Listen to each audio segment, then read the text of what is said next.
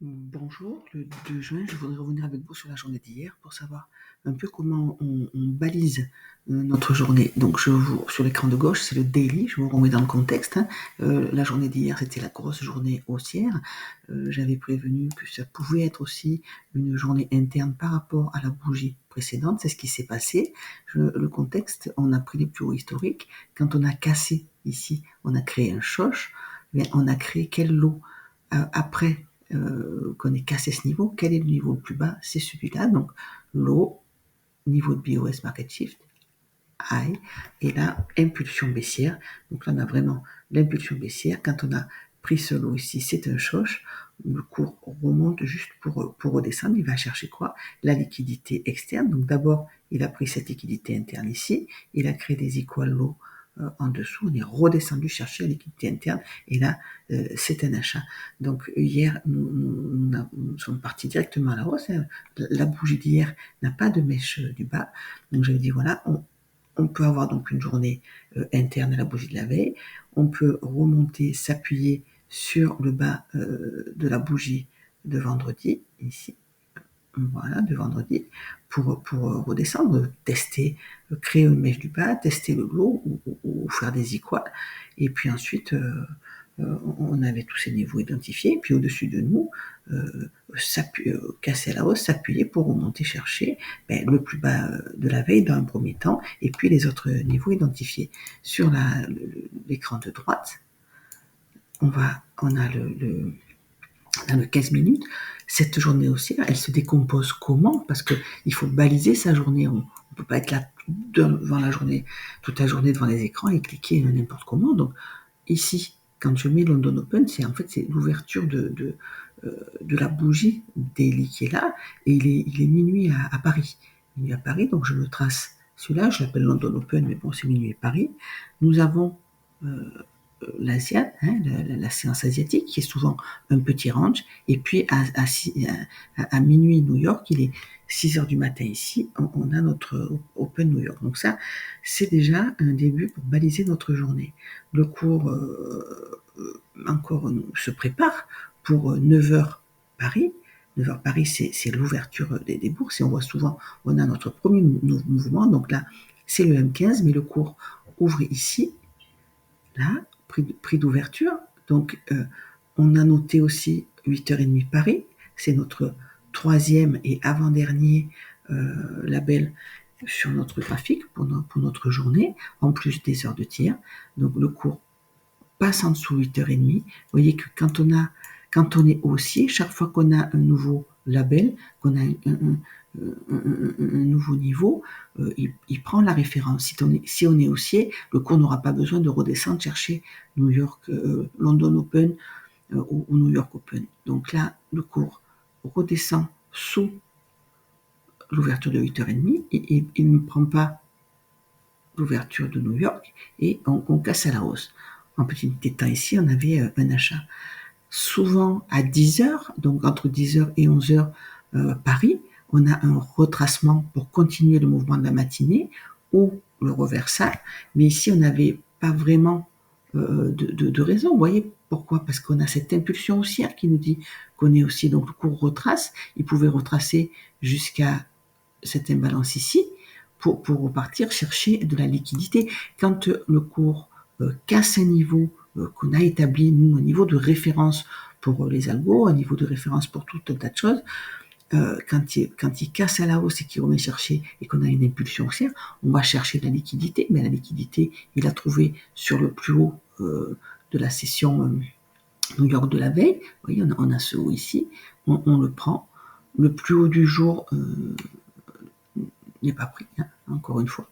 Et on a fin d'heure de tir, donc les trades pris là doivent être soit sortis, soit sécurisés avec des partiels hein, sur le niveau clé. Quand on a si on est rentré ici, quand on a cette impulsion ici, on regarde qu'est-ce qui se passe en face, on prend cette petite liquidité interne. Bon, on peut se mettre ici, prendre un TP et se mettre à BE par exemple, selon où on est rentré, parce que si on est rentré au-dessus du stop qu'on aurait mis si on était rentré sur cette imbalance ici, on sait que le cours peut retracer en dessous. Donc ça, c'est un choix personnel. Moi, je sais que quand je prends mon TP, en général, je mets ABE. Donc le cours retracement de 10 heures, donc de 10 à 11 heures en général je cherche une entrée aussi, et là c'est terminé, mon cours est, il me reste qu'un partiel de métrade et mon trait d'état BE. Ici on voit qu'on a un petit choche baissier, on a une schématique. On rentre ou pas, ça peut être compliqué, l'entrée était là avant l'heure de tir. Qu'est-ce qu'on note? On notera le prix à 8h30 New York, donc il est 14h30 à Paris, c'est après le déjeuner, la session d'après-midi. Quand on ouvre ici, on a une impulsion baissière qui va dans les balances du matin, vous voyez, là. Donc on atteint un setup, on ne rentre pas comme ça. Pourquoi?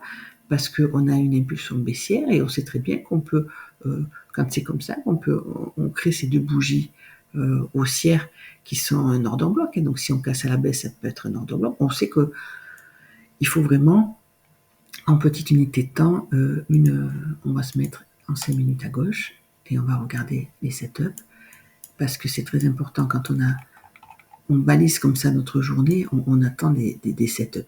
Hein. Voilà, bougie de 8h30 sur la gauche, impulsion baissière. Quand on a cette impulsion baissière, en ligne de mire, on regarde quoi? Nos labels. Et on avait quoi sur notre graphique? On va lever celui-là, parce que c'était un ancien niveau. Voilà. Sur nos graphiques journaliers, on avait quoi?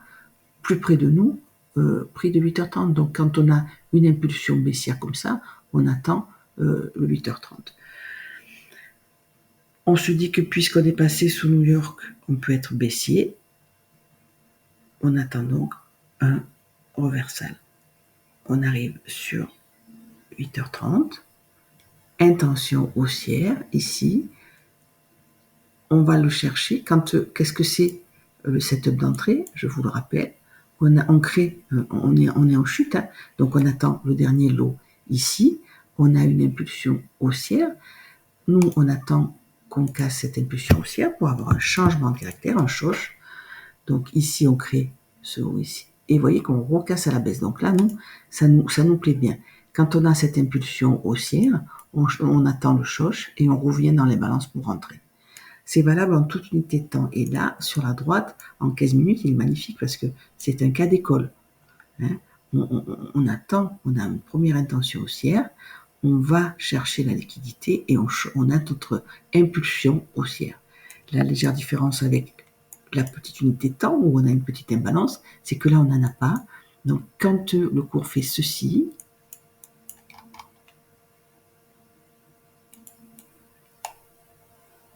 donc là, on a l'entrée en petite unité de temps, mais là, quand le cours revient chercher ici, il rebalance tout. On n'a plus de raison d'y revenir. Quand on casse à la hausse, on va chercher la liquidité au-dessous. Donc la liquidité au-dessus, ici, c'est le haut de Londres. C'est comme ça que je balise mes journées. Ici, avec cette entrée là, sur l'imbalance, hein, à 15 761, on peut sécuriser le cours à 15 789, si ça ne fait pas assez de points. Sinon, on peut prendre un TP1 et mettre APE. Le TP2 sera sur la liquidité au-dessus. Vous voyez, on n'a rien de flagrant jusqu'au-dessus. Là, c'est une ligne de liquidité. Donc ça saute. Il y a de l'argent là. Ce haut ici aurait été plus haut. On aurait eu une ligne de liquidité comme ça et cassé à la baisse. Ça, c'est solide. On a pris de la liquidité, on a choché à la baisse, on vient ici. Mais là, ce n'est pas le cas. On a juste une ligne de liquidité comme ça. Donc ça se prend. Hein. C'est ici que et donc le TP2. Et après, soit moi j'aime pas rester overnight sur mes propres firmes, vous le savez. Mais ensuite, une fois qu'on a notre TP2, on peut attendre tranquillement. Moi il est tard, hein, j'ai tout sorti, mais on peut mettre ABE et puis laisser en plus grande unité de temps. En daily par exemple ou en H1, on revient sur notre setup daily, notre analyse daily pour avoir le TP3. Donc ici, la liquidité au-dessus, elle est là. Il y a cette imbalance ici. Et surtout, on va regarder où on est par rapport à la trend. Vous voyez que, voilà, le point médian, l'équilibrium de la grande trend daily est sur ce niveau. Donc on peut choisir en TP3 ce niveau-là.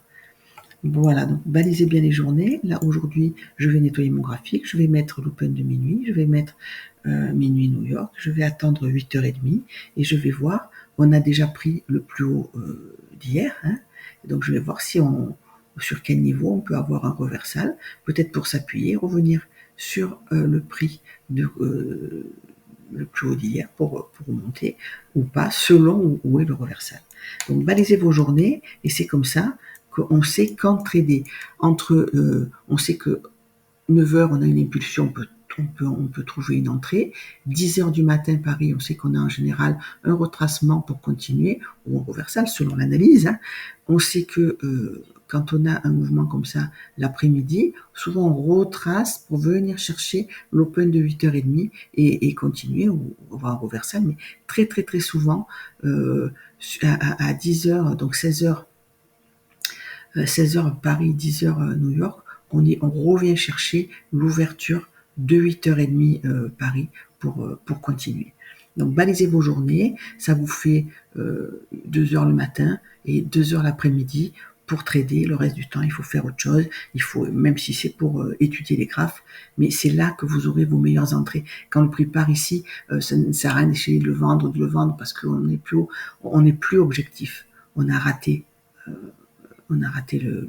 ici l'entrée, ben on a eu une impulsion. En petit état, on peut peut-être essayer de trouver un achat en se repérant sur la nouvelle référence qui est 8h30 New York.